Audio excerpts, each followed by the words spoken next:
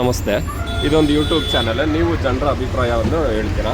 ಈಗ D K Shivakumar ಸೀಟಿಗೆ ಬರ್ತಾವ್ರಲ್ಲ, ನಿಮಗೆ ಖುಷಿ ಇದೆಯಾ? ಖುಷಿ ಇದೆ, ಆದರೆ ಯಾರು ಬಂದ್ರೂ ನಮ್ದು ಅಷ್ಟೇ ಇಲ್ಲ. ಗ್ಯಾಸ್ ರೈಟ್ ಜಾಸ್ತಿ, ಎಲ್ಲದ್ರ ರೈಟು ಜಾಸ್ತಿ ಮಾಡಿಟ್ಟವ್ರೆ.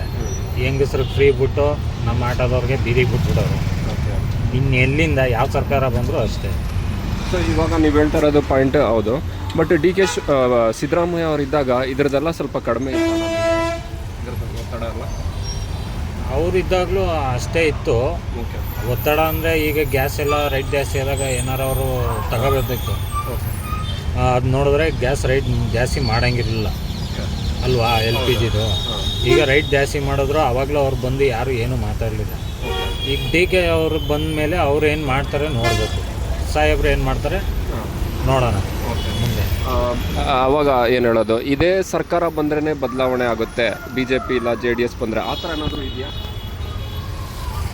ಸರ್? ಈಗ ಯಾರು ಬದಲಾವಣೆ ಮಾಡ್ತಾರೆ ಅದ್ರ ಮೇಲೆ ಡಿಪೆಂಡ್ ಆಗುತ್ತೆ. ಈಗ ಇವರೇ ಬದಲಾವಣೆ ಮಾಡಿದ್ರೆ ಈ ಆಟೋದವ್ರಿಗೆ, ಕೂಲಿ ಕಾರ್ಮಿಕರಿಗೆ, ಇವ್ರಿಗೆಲ್ಲ ಒಂದು ದಾರಿ ಮಾಡಿದ್ರೆ ಆಟೋಮೆಟಿಕ್ಕಾಗಿ ಎಲ್ಲ ಬದಲಾವಣೆ ಆಗಿ ಅವ್ರಿಗೇ ಸರ್ಕಾರ ಅವ್ರದ್ದೇ ಬರುತ್ತೆ.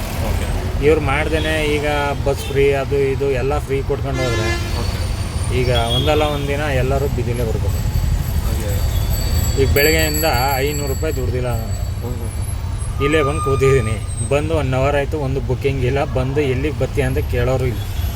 ಅದು ಯಾವ ಸರ್ಕಲ್ಲು? OR gate circle. ಬಟ್ ಇವಾಗ ಈಗ ಆನ್ಲೈನಲ್ಲೆಲ್ಲ ಬಿಟ್ಟವ್ರೆ, ಆ ಥರ ಡೆವಲಪ್ಮೆಂಟ್ಗಳು ಬರುತ್ತಲ್ಲ. ಆನ್ಲೈನಲ್ಲಿ ಅವರು ಸರ್ಕಾರ ಕಡೆಯಿಂದ ಮಾಡ್ತೀವಿ ಅಂದರೂ ಮಾಡಿಲ್ಲ. ಅದು ಹಾಗೇ ಹೋಯ್ತು. ಇನ್ನೇನು 10 ವರ್ಷ ಈಗ ಸರ್ಕಾರನೇ ಮುಗಿದೋಯ್ತಾ ಇದೆ. ಅದು ಮಾಡಲಿಲ್ಲ. ಕ್ಯಾಬ್ ಡ್ರೈವರ್ಸ್ಗೂ ಏನೂ ಮಾಡಲಿಲ್ಲ, ಆಟೋ ಡ್ರೈವರ್ಸ್ಗೂ ಏನೂ ಮಾಡಿಲ್ಲ. ಏನಾರು ಒಂದು ಅನುಕೂಲ ಮಾಡಿಕೊಟ್ರೆ ನಮಗೂ ಹೆಲ್ಪ್ ಆಗುತ್ತೆ.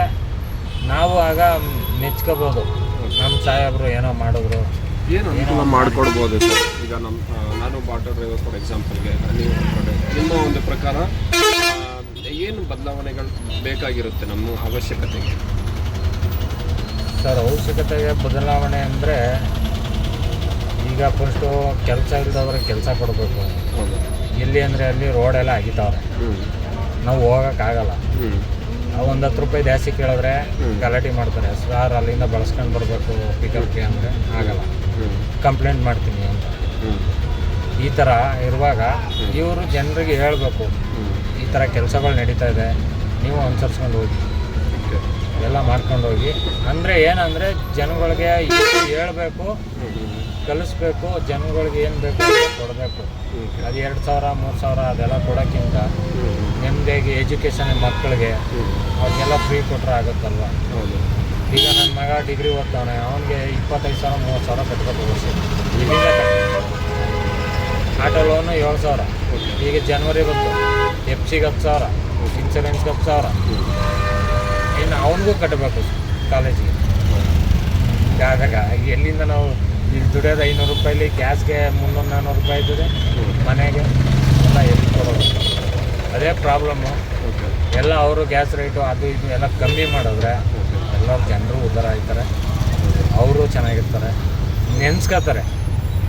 ಇವತ್ತಿನ ದಿನ ಸಿದ್ದರಾಮಯ್ಯ ಅವ್ರನ್ನ ನೆನೆಸ್ಕೊತವ್ರೆ ಕಡು ಬಡವರು. ಯಾಕೆಂದರೆ ಒಂದು ಹೊತ್ತು ಊಟ ಅವ್ರಿಗೆ ಕೈಯಾಗಿ ಸಿಗ್ತಿರಲ್ಲ, ಏನಿಲ್ಲ. ಹೆಂಗೋ ಅಕ್ಕಿ ಕೊಡ್ತಾವ್ರಲ್ಲ, 10 kg ತಿಂಗಳ ಗಂಟ ಸಾಕು ಅಂದ್ಬಿಟ್ಟು ಹೆಂಗೋ ಜೀವನ ಮಾಡೋರು ಅವರೇ, ಇಲ್ಲ ಅಂತ ಹೇಳಲ್ಲ. ಬಟ್ ಅದನ್ನು ಯಾರಿಗೆ ಕೊಡಬೇಕು ಅವರು ಕೊಡಲಿ. ಇರೋರಿಗೆ ಇಲ್ಲದೆ ಇರೋರಿಗೆ ಎಲ್ಲರಿಗೂ ಒಂದೇ ಥರ ಮಾಡೋದು.